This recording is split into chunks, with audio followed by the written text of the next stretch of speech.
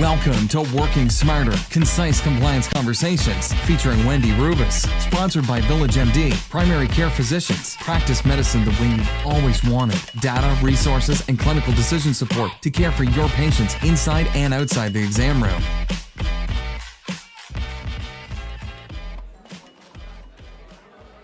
Hey Jay, what are you doing back here so soon?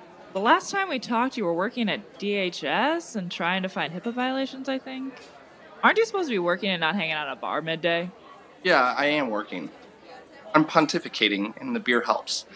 This job's more complicated than I was expecting. I have a good feeling if I sit back and wait, something great is going to happen. I don't know, Jay. I don't know if drinking and thinking really constitutes its work. If so, I would be a millionaire. Maybe you should at least go to the office. Yeah, maybe you're right. I'll just finish this drink. Maybe I'll just call the office.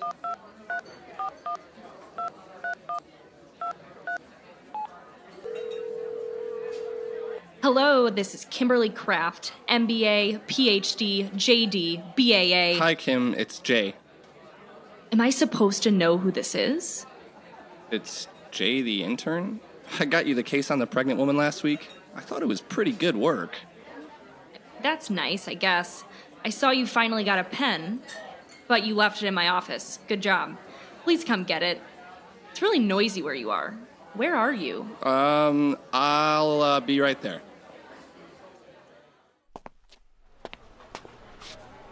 Where did I put that pen? Huh. Ooh, what's this? Dear OCR, I think you'd better get over here. I have something to show you. Signed, a disgruntled, lonely husband. I knew something good would happen if I just waited.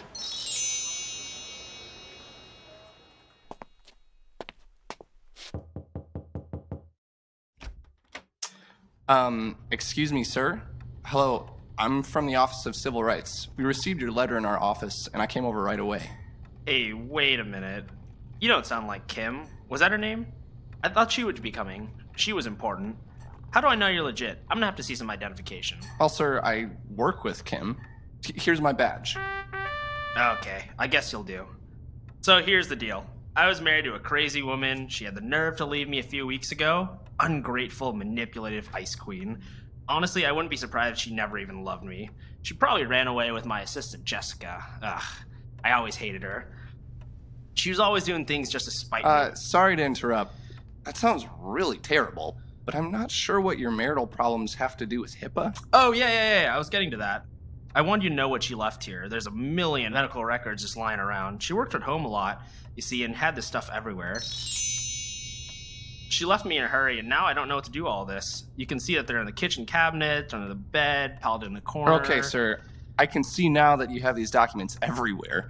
You just told me a lot of information. I want to get this straight. You wrote a letter to the federal government to report your ex-wife? Duh. You wouldn't? Well, okay. Let me take the report.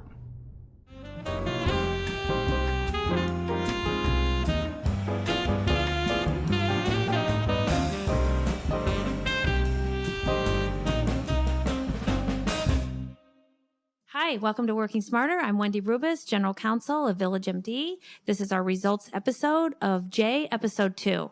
And I'm so happy to be joined today by Jay himself and also Kim and our disgruntled husband. And we're going to go through the answers. Hopefully you've all answered the survey questions. And so we're going to reveal the answers. Since she works at home, was it a violation to have all of those medical records in the home? The answer is complicated. In this situation, which is a very obviously special situation, having the medical records in the home that were not under her custody was a violation. This is an actual case, which I think is incredible, but it's a true story. And in this case, obviously, the wife left a bunch of records, and amazingly, the judge in the case actually described where the records were. They were in the kitchen cabinets. I didn't actually make that up. They were in the cabinets, and they were under the bed, and she apparently left in such a hurry that she didn't even know where she left her car. So obviously, this is a unique case, but the point is about working at home, which a lot of people at Village MD I'm sure you guys work at home. At home, at the bar. Right. That Jay. Okay, the bar we're going to come back to. But if you're working remotely, whether it's at home or whatever, you can do that. Taking PHI is risky, but if you have to, obviously you can't just sprinkle it about. And so if you don't know, we do have a policy. I'm sure all of you know about our policy, Yes. right? Mm-hmm. Uh-huh. Mm-hmm. Yeah. Yes. I assume none of you have read. Right. I have read it. Okay, Oh, so you should read this. If you work remotely, you should click on this little link and you can read the policy and it'll tell you the requirements. But basically, if you have, and of course, we probably don't have printed out medical records, but if you have things on your computer or in hard drives or whatever, if you lose them, we have a big problem. And if someone in your family is able to see them and use them, that would be considered a violation. So that's the point. Visitors and families should not have access. Your laptop, your hard drives, whatever should be secure. And if you do have paper, you have to lock it up, just like you do at work. Just like you do at work, you can't just leave it laying all around. So you should look at this policy. If you have questions, let us know. We always want to know if you have questions and there's things you're working on, let us know and we'll try to help. So these are the key takeaways, which I think we covered. Just because you work here doesn't mean your family gets to know everything, and keep your things locked up. If you're leaving your spouse, take your medical records. That's important. If you do leave your spouse, take your records with you. So other questions from Jay. What did Jay do that is a bad idea? Jay. Lots of things. Going to the bar might be the first one. The bar is bad, but Business Insider says interns should not be sitting back and waiting around.